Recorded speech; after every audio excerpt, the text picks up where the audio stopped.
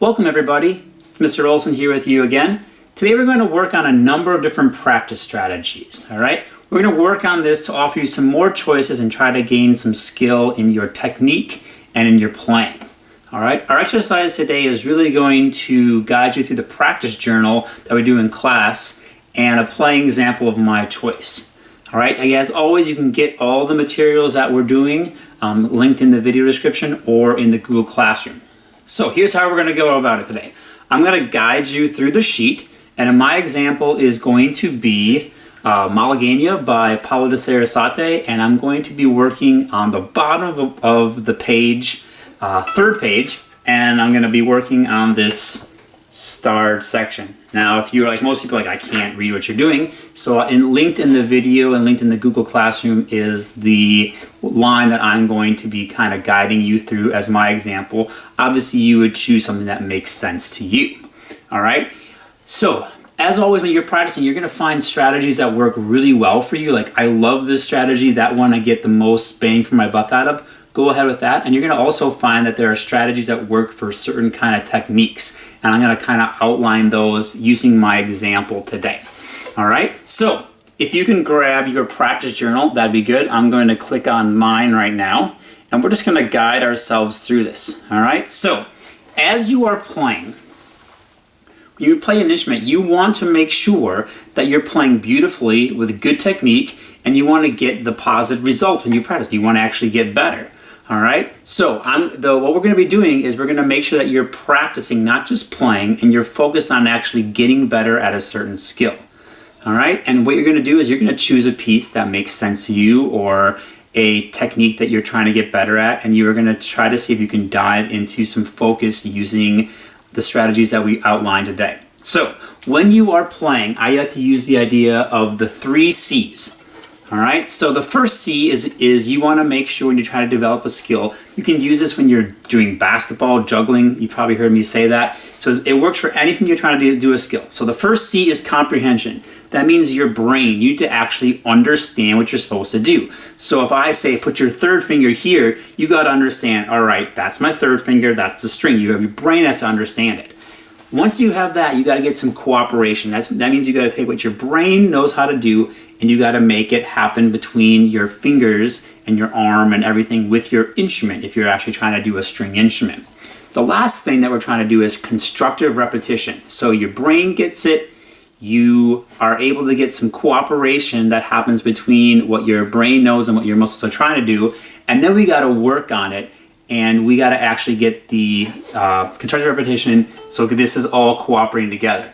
Now, if you're like most people, what you're going to do is your brain is going to get it real quick. It's going to get it really fast. You're going to have to get some cooperation pretty soon, but there's going to be a sticking point, and it usually involves you going too fast. And I will raise my hand. I'm the person that will get it real quickly, and I want to go too fast, too quick. So just think about your brain is super smart.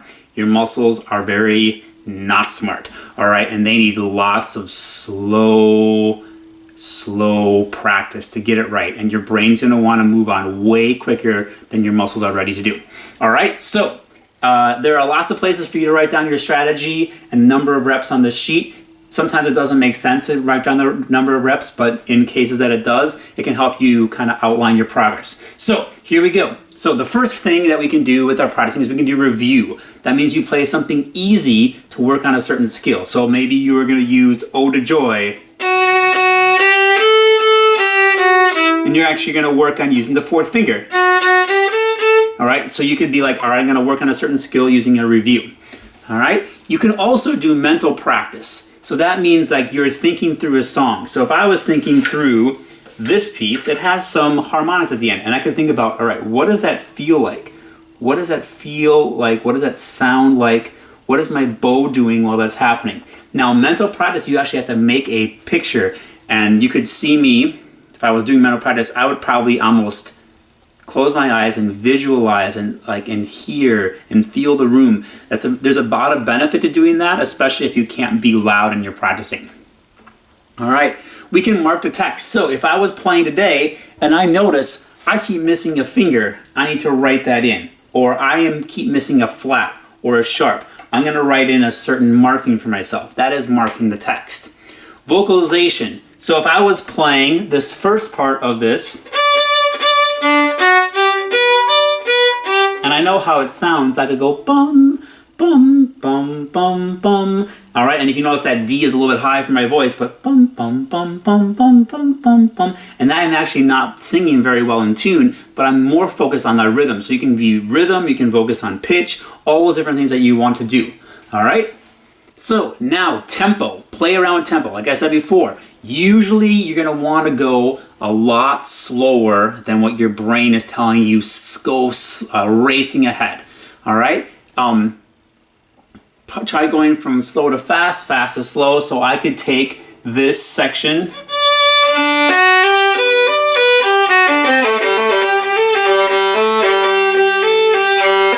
I could play around with tempo within it. I could always start slow. I could kind of try to go faster than I think is possible. The kind of like if you were running a race and you were trying to plan for sprinting, sometimes they use bungee cords. They pulls you along faster than you can actually go. Those are all great strategies. All right, the rhythm one is I can do the rhythm only with the left hand. I could double a note of each section. I could swing. So I'm going to use this section. I'm going to use those first 12 notes. Here they are.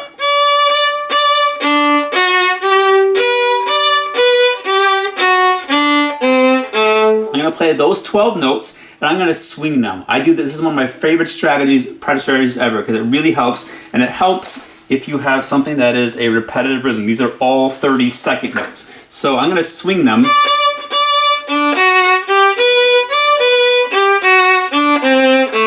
Long, short, long, short, long. Now I'm going to do the horse's hoof, or short, long, short, long. That's a great strategy because now that you've gotten good at doing half the notes fast and half the notes slow. Now I'm going to take another grouping strategy that's right below it, and I'm going to put this together where I'm going to take a certain section of notes. All right, in this case, I'm going to take those 12 notes, but now instead of doing long, short, long, I'm going to do 4 in a row and take a break. So, break, break. I could go on. Oh, I messed those notes up. And you're going to probably find that there's a hiccup somewhere along the line. So I did my first 3 groups really well, and my 4th one, it was kind of not right there. So I'm going to try that. Good, good, good. Way better, better. All right, and I'm doing pretty well with that speed. Now, if I wasn't, I'd have to slow myself back down. Now, what I could do is I want to work on the slurs. Rest, rest. All right, and this is grouped actually in sections of 4 notes, and in the measure is 12 notes. So now I'm going to try to do a group of 12, see what happens. Pretty good, next measure. Now I'm going to try to see if I can slur that.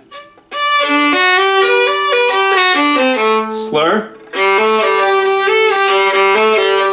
All right, that went pretty well. Now I can see if I take out all those stops. Oh, I went too fast. I'm going to slow it down.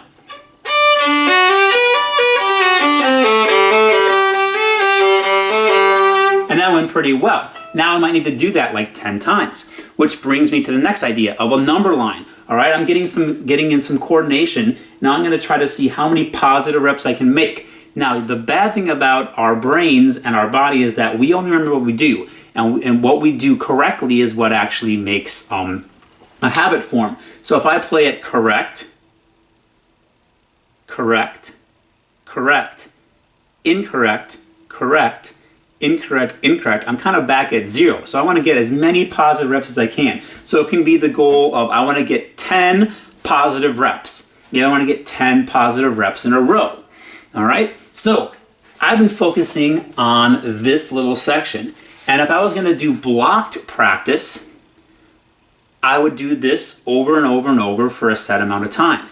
I could also do variable practice. I could decide I want to work on this page, and then I want to work on this fun section that has, and I could say I'm going to work on this bottom line where I did all the work for 3 minutes, and then I'm going to work on this other section for another 2 minutes. All right, that is called the variable practice. I could do the interleave practice where I could do a section at a time. These all kind of blend into each other. I could do the expanding chunk. So I could say, all right, I totally have that bottom line. I want to see if I can chunk in the line above it. I want to chunk in what comes after it. All right. One of the last two ideas that I have are the add a note and the memorization. So the add a note is a great thing to work on. I like the rhythm groupings on something that is very even like this, but I'll show you the add a note. So I'm going to start at the first note of that line. I'm going to play the D. Now I'm going to play the first 2 notes. First 3. Oop, I did 4. Let's do 3 again. Focus. 4. First 5. All right, and again, if you notice, I kind of sped up, so I'm going to check myself and slow myself back down. Now, could I make that different? Absolutely. I'm going to get really good at the beginning of that line and not so good at the end. At the end of that line, I have all these harmonics. I have to go. Oop, missed it. So I got to practice that. So I'm going to start with the last note. Good. Last 2 notes. Better. Last 3 notes. Pretty good. Last 4 notes. Now, if that's kind of the little tip for me, is like I'm not moving my bow fast enough on those harmonics. So I gotta get my bow going. Oh, it already sounds better. I'm gonna try the last 5 notes. You could also start and branch off. So I'm gonna start in the middle of the line. I'm gonna play a G. I'm going to play the note before, which is a G, and the note after it. G, G, A. Now I'm going to play 5 notes. And I can break off that way. Again, what I'm trying to do is I'm trying to trick my brain into doing it all these different ways so it's totally focused and it's not trying to race me ahead and have me go too fast. All right? If you want to think about the song as kind of like a chessboard, and you have all your pieces lined up and you have your opponent, and instead of just thinking, all right, here's my next move, here's my next move, it's like I'm flying around that like in a drone, and I'm looking at it from this angle, and looking at it from below, looking at it from the top. All right, I'm getting all these different perspectives of my practice idea, and that's going to keep my brain busy. It's going to get my fingers lots of different chances to get it right, and they're going to be more ready for the performance. So, as you go through this, you're going to notice that I have some practice descriptions for you. So there's some words that go with practice, like attention, connection, building, focused, mistakes, repetition, aware, alert, and any other things of your choosing. And you should feel kind of drained because you're forcing your brain to burn energy. You're forcing your body to be really focused on getting that skill development. And it should be exhausting. If you practice well for like 10 minutes, you should feel like kind of drained. You're gonna wanna stretch out and take a break, all right? If you just play, I love playing my instrument, but that's not the same as practicing. So really have a strategy in mind, and again, I've said it about 10 times, 15 times, you're gonna wanna go too fast.